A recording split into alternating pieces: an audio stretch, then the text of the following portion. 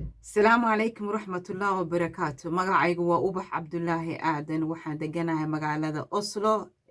dalka Norway. waxaan halkan Soomaali weyn meel kastay joogto adduunka aan rabaa inaan la qaybsado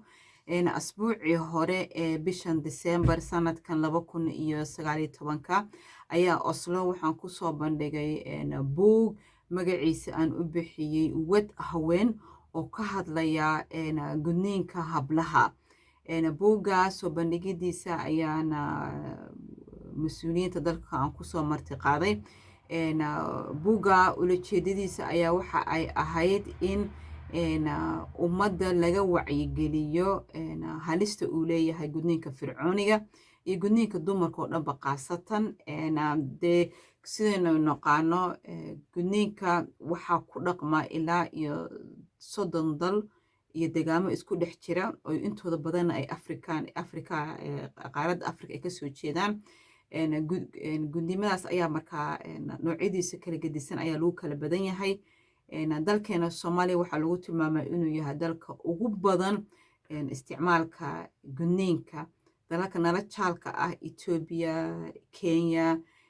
isticmaalka ama ku dhaqanka gudniinka aad iyo aad buu hoos uga soo dhacay sababtoo ah dowladdii ayaa mas-uuliyadeeda qaadatay. for example Kenya oo kale oo sharciga kasoo jeedisay banishment gareynaya awareness-kooda ayaa waxay ka dhigeen systematically ka dhigeen. Ethiopia oo kale oo aad iyo aad hoos u dhac weyn ku yimid 4 sano u dambeysay iyagana waxay guusha ku gaareen markii wadaadadooda Kristanka iyo kuwii Muslimka ahaa ay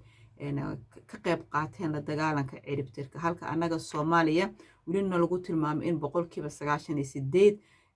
gudniinka lagu dhaqmo, weliba haddana gudniinka lagu dhaqmo uu yahay nooca qallafsane fircooniga lagu tilmaamo. waxa ilaa hadda aan 100% aan nageysiinina waxa aan ku tilmaamayaa in ay sababteedu ay tahay ururada NGO-yada iyo hablaheena u kacay arrinta la dagaalankeeda ayaa naga dhigay inaan 100% inaan ahayn. marka buugga aan soo bandhigay oo aan wad haween u bixiyay ayaa intii aan ku dhex jiray waxaan ka war helay inuu yahay buuggii ugu horreysay ee taariikhda Soomaaliga oo ka hadlaya mowduucan gudniinka haddana af Soomaali ay ku qoran tahay. ujeedada buuggaas waxay aan rabay istiin aan doonaya waxay tahay in dhanka waxbarashada systematically la dagaalanka gudniinka fircooniga ay noqoto dhanka through education systemka la soo geliyo. wuxuu ka kooban yahay buuggaas ilaa iyo 5 cutub ayuu ka kooban yahay. cutubka koowaad waxaan uga hadlayaa taariikhda gudniinka waxay soo ahaan jirtay. cutubka labaad aan runtii aad u rabay in aan ku guuleysto isna wuxuu ka hadlayaa diinta waxay ka qabto gudniinka. wadaadadeena ama culimadeena midda ay isku wada raacsan intooda badan ayaa waxay tahay gudniinka nooca fircooniga inay wada diidan yihiin, laakiin nooca ay taageerayaan ayaa waxay tahay nooca sunnada ah. dhibka halkaa ka tagan ayaa waxay tahay markaa islaamaha sakiimaha iyo midiyaha haysta oo gabdhihii jaraya ma yaqaanaan sunno waxay tahay. hal nooc bay yaqaanaan, nooca ay isticmaalaana waa fircooni ay isticmaalaan. markaa shaki abuurkaas waxay keenaysaa waxa ay wadaadadu dhahayeen ha la sameeyo iyo wixii islaamaha sameeyeen inay kala gedisan yihiin. wadaadada mid ka mid ah ayaa haddana muxaadarooyin uu gudniinka uga hadlayo ayaa wuxuu uu leeyahay maadaama Soomaalida qurbaha joogto oo almost 2 milyan ka badan ah dalalka ay joogaan gudniinka waa la dambiyeeyay oo haddii uu isticmaalo qof waalidkiiba waa la xiray. hadda Norway oo kale, Denmark, Sweden oo kale ilaa 5 sano ugu jiraan baa waalidka la xiraya. marka wadaadka wuxuu ku khudbadanayaa uu leeyahay maadaama halistaas waalidkii u imaanayo dan waxaa fiican marka in la iska badaayaba ayuu leeyahay. marka taa waxay ku muujinaysaa gudniin oo dhanba inuusan muhiim aysan ahayn. so marka chapterkii aan rabay in aan muxuu ahaayey ka keeno heshiis ama dhawaaq wadaadado dhan isku wada raacsan yihiin taa way ii suurtageli weysay. laakiin waxyaalahan chapterka uga hadlaya waxay tahay in maadaama wadaadadii ama culimadii ay supporters ama taageerayaal sunnada ay yihiin dan marka waa inay iyaga dadka ay baraan sunnada waxa ay tahay. ma dhiig yar baa laga keenayaa, ma qanjuruufaa laga keenayaa, ma wax dhan baa xurduf la siinaya, waxa ay tahay inay caddeeyaan weeyaan. haddana markuu wadaadada ka mid ah culimmada dee kuwa aad loo dhegeysta ka mid ah uu haddanana dadkii ogolaansho uu siinayo 2 milyan ka badan uu leeyahay idinka gudniin uma baahnidin dee marka maxaa u diiday culimmadoo dhan inay hal meel uga soo wada jeestaan arrintan oo yiraahdaan maanta uma aynan baahnin waxaanoo dhan maxaa u diiday marka cutubkaasi ima kaamilsana insha allah muxuu ahayd sanadka dambe aan rajeynayay inaan luuqado kale ku turjumo ayaan raadinayaa sidaan ku kaamili lahaa cutubka kale ku xiga waxaan uga hadlayaa noocyada kala gedisan gudniinka uu yahay waa 4 nooc baa lagu isticmaalaa 2 nooc waa khafiifka nooca saddexaad oo Soomaalida u badanta ayaa fircooniga ah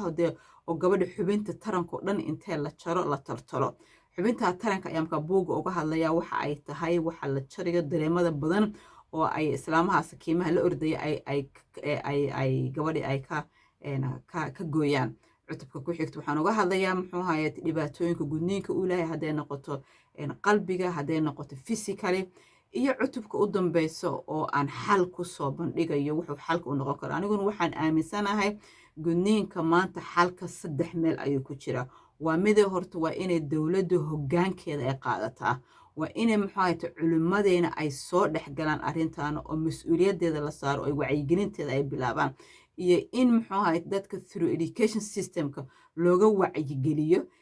marka aan leeyahay marka dawladda mas'uuliyaddeeda ha qaadato kaliya maaha wacyigelin kaliya maaha waa in sharci la keenaa diidaya gudniinka haddanana ciqaabaya gudniinka waa in mas'uuliyadda dawladda ay qaadataa that's the only way aan bahdilkan haddaan habla Soomaaliyeed dal iyo dibadba ku nahnay dhibaato naga soo gaarsiisay halka ayaa looga bixi karaa tan u dambeysa aan ku soo qitimaya buug ayaa waxay tahay waxaan xigmadooyin dhowr ah ka soo aruuriyay dumarka yaga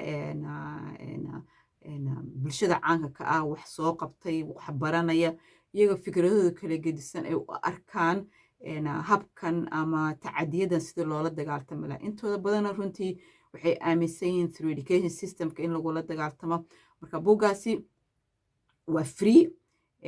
waana online oo haddaad gasho limvoice.com haddaad gasho waad heli kartaa soo degso akhriso wixii macluumaad aad aragto ila wadaag waa versionka koowaad next year haddii ilaaha idmo iyadoo dhowr luqad ku gedisan ayaan kusoo bandhigi doonaa xasuusno haddanana hablaha Soomaali sharaftooda iyo qiimahooda waxaa bahdilay oo dhulkana dhigay waa waxaan lagu tilmaamay gudniinka fircooniga waxa kaliya aanu ku ciribtiri karnaana waa annagoo aqoonteedii aanu barano iyo annagoo aan ka wada hadalno wassalaamu calaykum waraxmatullaahi wabarakaatuh